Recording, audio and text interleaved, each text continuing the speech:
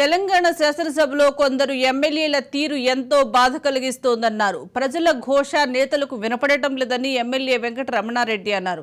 తాను సత్యహరిశ్చంద్రుడిని కాదని అన్నారు. ఎమ్మెల్యేల పనితీరు ఏమీ బాగోలేదని ఆవేదన వ్యక్తం చేశారు.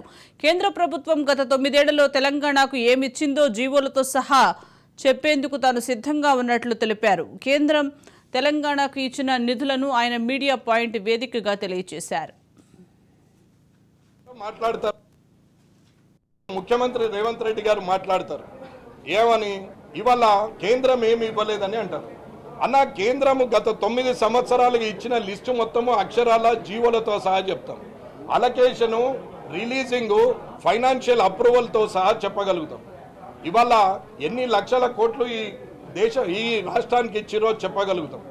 అలాగే ఇవాళ కేటీఆర్ గారు కూడా మాట్లాడతారు. ఏమని 8+8 అది అంకెపరంగా 16 అయినా అది 0 అని మాట్లాడతాను. నేను అంటే 16 మంది ఎంపీలు ఉండి ఏమీ చేయలేకపోయారు, మేము అప్పుడు 12 మంది ఉన్నాం కాబట్టి బాగా చేశామని చెప్తున్నారు. బాగా చేశామన్నప్పుడు కేంద్రం ఎంత ఇచ్చిందో చెప్పాలి కదా, కానీ అది చెప్పరు కేంద్రం ఎంత ఇచ్చిందని.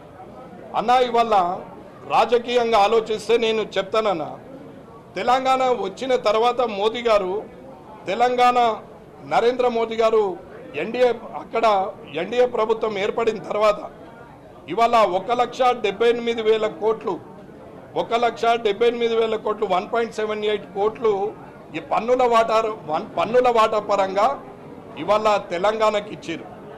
అలాగే 2014 నుంచి 23 వరకు 69.60 లక్షల కోట్ల వరకు ఇన్కమ్ పెంచడం జరిగింది.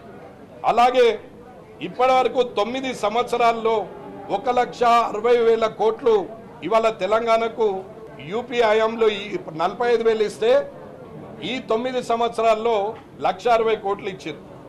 2014 నుండి తెలంగాణకు వివిధ పథకాలు కానీ అభివృద్ధి ద్వారా కానీ అభివృద్ధి పనుల ద్వారా కానీ నిధులు దాదాపు 5 లక్షల కోట్లు ఇప్పటి వరకు ఇచ్చారు.